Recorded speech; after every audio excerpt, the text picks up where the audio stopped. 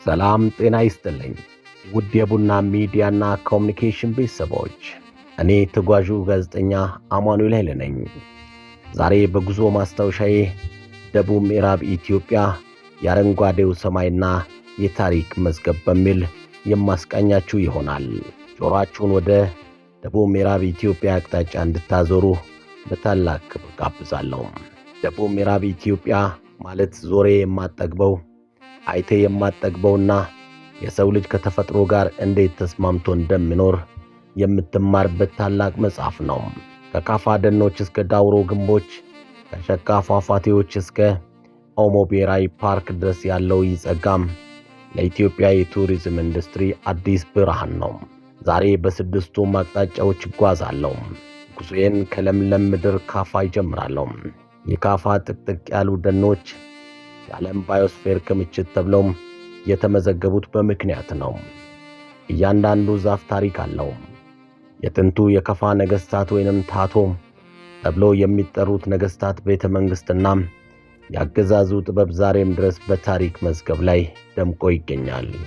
ካፋ ተፈጥሮና ታሪክ ተጋብቶ የወለዷት የኢትዮጵያ ዕንቁ ናት። ወደ ዳውሮ ስንጓዝ ደግሞ የታላቁ ንጉሥ ሃላላን አሻራ ያርፍብናል። ዳውሮ የጽናት ምድር ናት። የሃላላ ኬላ ግንብ የሰው ልጅ ለአገሩና ለነጻነቱ ያለውን ፍቅር በድንጋይ ላይ የጻፈበት ታላቅ ታሪክ ነው። ዛሬ ደግሞ በኮይሻ በኩል የሚታየው አዲሱ ገጽታም የዳውሮን ተፈጥሯዊ ውበት ከዘመናዊ የቱሪዝም ልማት ጋር እያቆራኘው ነው። የኦሞ ወንዝ ተፋሰስና አዲሱ ሰው ሰራሽ ሐይቅ ለክልሉ አዲስ ትርጉም እየሰጠ ነው። ከዳውሮ ማዶ ኮንታ ትገኛለች።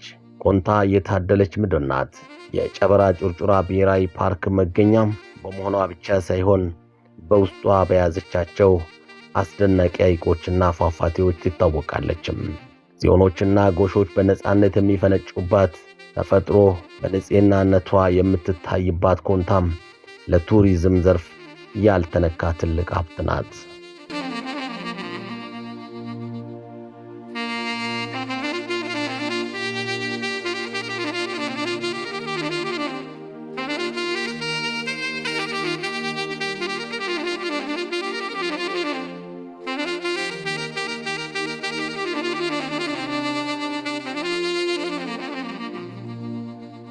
የኮንታ ሕዝብ ባህልና የእንግዳ ተቀባይነት መንፈስ ለጉዞአችንም ልዩ ጣዕም ይሰጠዋል።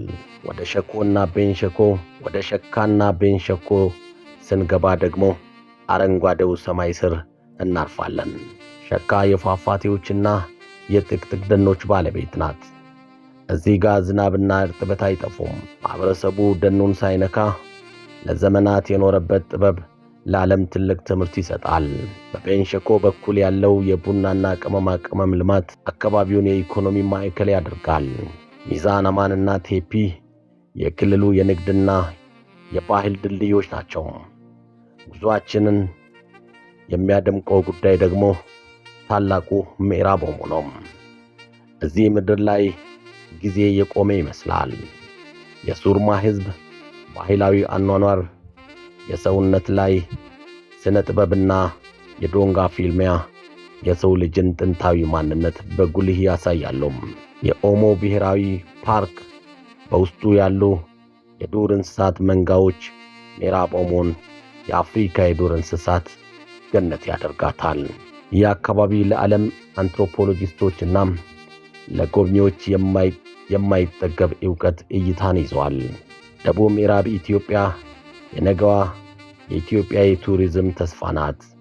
ስድስቱም አቅጣጫዎች የራሳቸው ቀለም፣ የራሳቸው ዜማና የራሳቸው ታሪክ አላቸው። ይህንን ጸጋ መንከባከብና ለዓለም ማስተዋወቅ የሁላችንም ድርሻ ነው።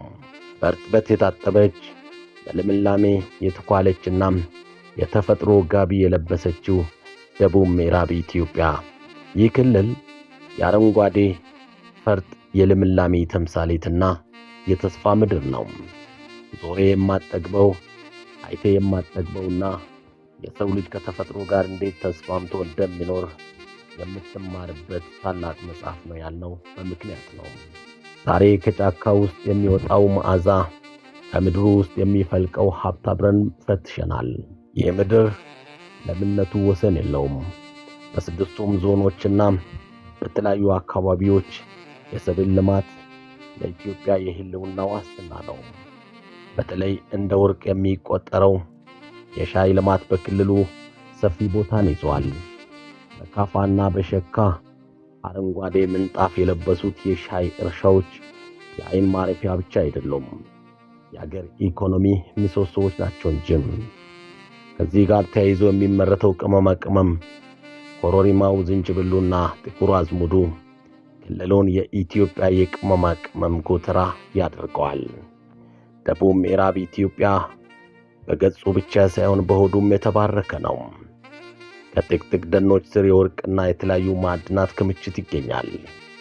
በተለይም ደግሞ በደቡብ ኦሞም በቤንሸኮና በሸካ አካባቢዎች የሚወጣው ወርቅ የክልሉ ድብቅ ጸጋ ማሳያ ነው። ምድሩ የድንጋይ ከሰልን፣ ብረታ ብረትንና ለኢንዱስትሪ ግብዓቶች የሚሆኑ ማዕድናትን አምቆ ይዟል። ይህ ሀብት ስለማ ደቡብ ምዕራብ ኢትዮጵያ የማዕድን ኢንጂን መሆኗ አይቀሬ ነው። ውድ የቡና ሚዲያ ቤተሰቦች ቻናላችንን ላይክ፣ ሼር ማድረጋችሁን አትርሱም። የዛሬው የደቡብ ምዕራብ ኢትዮጵያ ድንቅ ውበት ላይ ያተኮረው የጉዞ ማስታወሻ ይህንን ይመስላል። እኔ ተጓዡ ጋዜጠኛ አማኑኤል ኃይሌ ነኝ። ሰላምና ጤናን በያላችሁበት ተመኘው። ጤና ይስጥልኝ።